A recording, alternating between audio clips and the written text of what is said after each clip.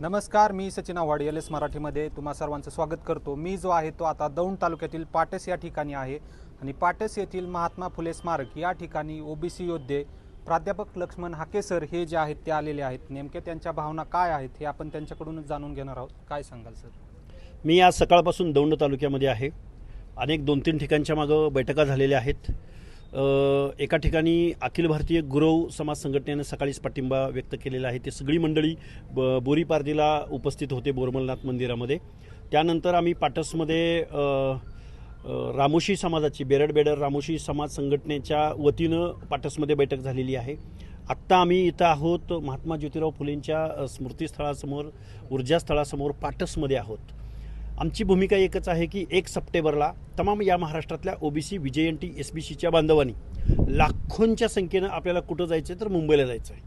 मुळात प्रश्न असा आहे की मराठा समाजाची मागणी या सरकारनं बेकायदेशीररित्या संविधानाला मान्य नसताना मराठा समाज ओबीसीमधले कुठलेही क्रायटेरिया पूर्ण करत नसताना एक शासनकर्ती जमात ज्यावेळी ओबीसीमध्ये या शासनानं एका सुमार दर्जाच्या ज्याला आरक्षण माहीत नाही, ज्याला इतर माणसांचा हित जगण्याचा अधिकार आहे हे माहीत नाही, त्या माणसांच्या सांगण्यावरनं एका अनपट माणसाच्या सांगण्यावरनं सरकारनं अनेक GR बदललेले आहेत, गव्हर्नमेंटचे कायदे पायदळी तुडवलेले आहेत, संविधान पायदळी तुडवलं आहे आणि ओबीसीमध्ये बेकायदा त्यांचं मराठा समाजाचं इन्क्ल्युजन केलेलं आहे, म्हणजे समावेश केलेला आहे। आता प्रश्न उरतो असा की मराठा समाज जर ओबीसीमध्ये पूर्ण ताकदीनं येत असेल, 22,20,577 नोंदी दिल्याचं काल परवा मंत्री महोदयांनी सांगितलं।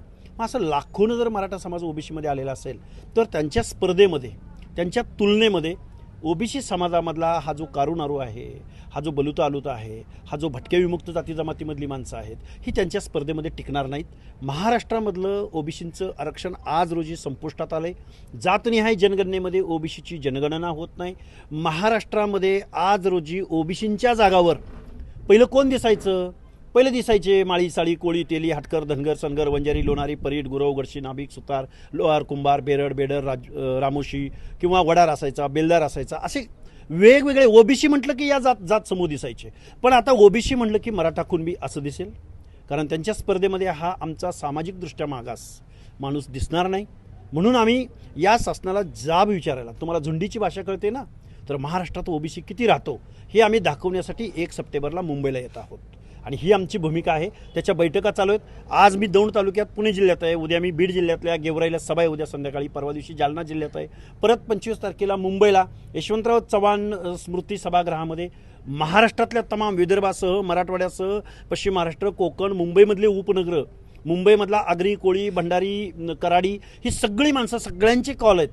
तर सगळी माणसं 25 तारखेला मुंबईला यशवंतराव चव्हाण सभागृहामध्ये येणार आहेत। आज रोजी पाटसमधली ही सर्व जुनी जाणती मंडळी आहेत, ग्रामीण भागातली मंडळी आहेत, या सगळ्या माणसांनी आणि आमच्या रॅलीची सुरुवातच मुळात या पाटस नगरीमधून, या टोल नाक्यापासून आमच्या वाहनांची सुरुवात होणार आहे। म्हणून आज आम्ही इथं आलो आहे। इथले सर्व बांधव आमचे उपस्थित आहेत आणि इथून पुढं एकच चर्चा, नवे पर्व ओबीसी सर्व हे आव्हान असेल आणि ओबीसीला सुद्धा आता राजकीय बनवण्याची आमची भूमिका आहे। कारण 50-60% लोकसंख्येनं असणारा ओबीसी म्हणून जर एक झाला तर या लोकांनी ज्या राजकारणाच्या जोरावर, ज्या आमदारकीच्या जोरावर, ज्या सत्तेच्या जोरावर ओबीसीच्या बाजूनं एकही आमदार बोलायला तयार नाही, एकही मंत्री बोलायला तयार नाही, एकही मुख्यमंत्री बोलायला तयार नाहीत, कोणीही बोलायला तयार नाही। त्यांना असं वाटतं की आपण जर यांच्या विरोधात बोललो तर आपलं राजकारण संपेल। पण आम्हीच आता ओबीसी, अरे जंतर मंतरला विद्यार्थ्यांनी आंदोलन उभं केलं, जगानं बघितलं, विद्यार्थीच पत्रकार झाले, विद्यार्थ्यांनी लाटाकाट्या खाल्ल्या, विद्यार्थ्यांनी एका मंत्र्याला राजीनामा द्यायला लावला। आम्ही तर ओबीसी बांधव आहोत, आम्ही ओबीसी, भटके, SBC आम्ही सगळे एकत्र येणार आणि महाराष्ट्राला ओबीसी म्हणजे कोण हे या महाराष्ट्राला आम्ही दाखवून देणार आहोत। आता आपण जर पाहिले तर पाठीमागील काळामध्ये अनेक कुणबी दाखले जे आहेत ते देखील रद्द झाले। यामध्ये दौंडमधील एक दाखला देखील रद्द झाला। तर ही न्यायालयीन लढाई देखील तुमच्या पातळीवरती लढली जाते, तर याबद्दल काय? बघा, न्यायालयीन लढाई फक्त पंचायत राजमधल्या निवडणुकांच्या संदर्भात ऑब्जेक्शन घेतलं गेलंय आणि ते रद्द होत आहेत। पण आता हे लाखो सर्टिफिकेट शिक्षण आणि नोकरीच्या एंट्री पॉईंटचे कोण चॅलेंज करत बसणार? कुणाला एवढा वेळ आहे?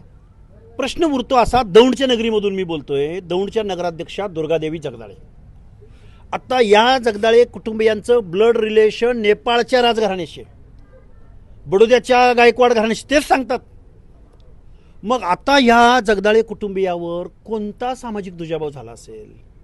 जगदाळे कुटुंबियात जन्माला आल्यामुळं त्या समाजात जन्माला आल्यामुळं त्यांच्यावर कुणी अन्याय केला असेल या दौंड नगरीमध्ये आणि त्यांनी कसं काय ओबीसीच्या प्रवर्गामधलं ओबीसींचं सामाजिकदृष्ट्या मागासांचं हे सर्टिफिकेट काढून ते नगराध्यक्ष झालेत.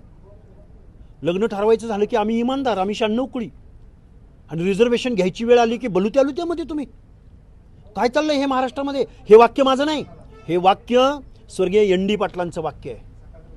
ते काय बोलले, अरे तुम्ही कसे सामाजिक मागास आणि तुम्हाला मग EWS कशासाठी दिलंय.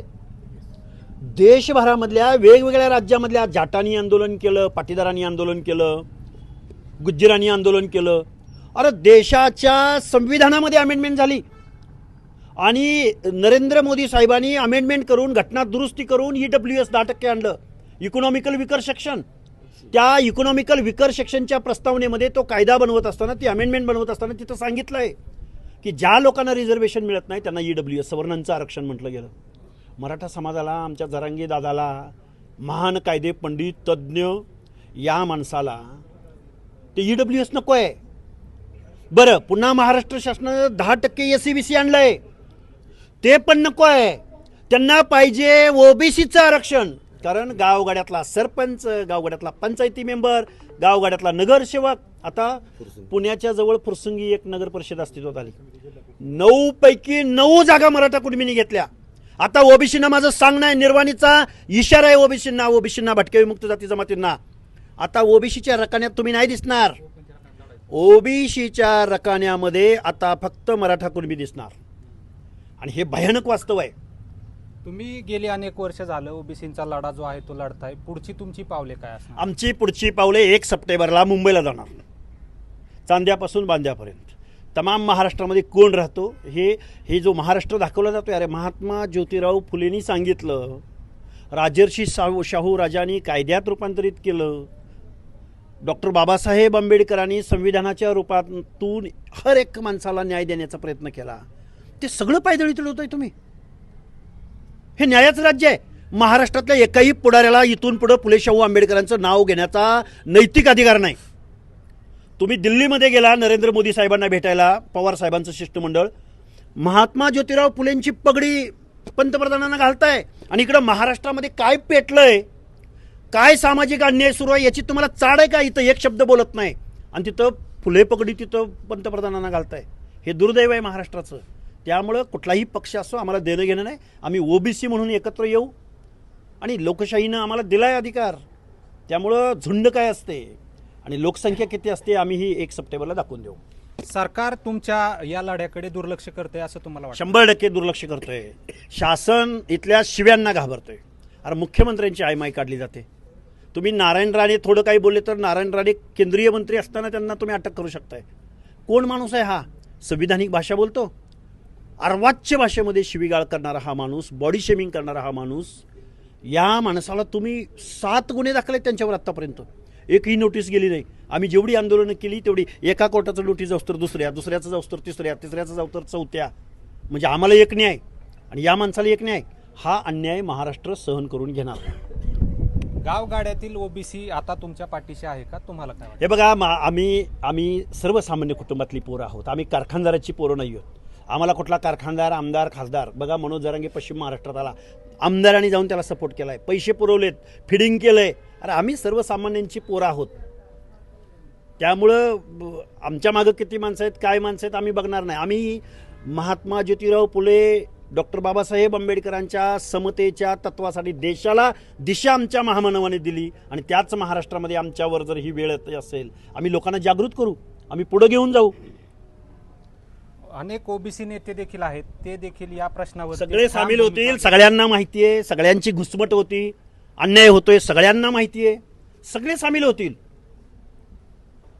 सगळे सामील होतील. त्यामुळं कुणीही चिंता करायचं कारण नाही. मुंबईचा मोर्चा नेमका कसा असणार आहे? पाटसपासून हजारो गाड्यांची रॅली मुंबईच्या दिशेने निघेल. एकच पर्व. हे त्रिवार सत्य आहे. आम्ही पनवेलपासून पायी निघू, पुढं पनवेल ते मुंबईपर्यंत आम्ही पायी निघू. तुम्हाला संख्याच बघायची आहे ना, ओबीसी किती राहतो महाराष्ट्रात ते आम्ही दाखवून देऊ. आताच आपण ओबीसी नेते लक्ष्मण हाकेसर यांच्याशी चर्चा केलेला आहे. 1 तारखेला मुंबईवरती ओबीसी मोर्चा धडकणार असल्याचं त्यांनी आताच सांगितलेलं आहे. LS मराठीसाठी रिपोर्टर सचिन आव्हाड, जय दौंड. ज्योती जय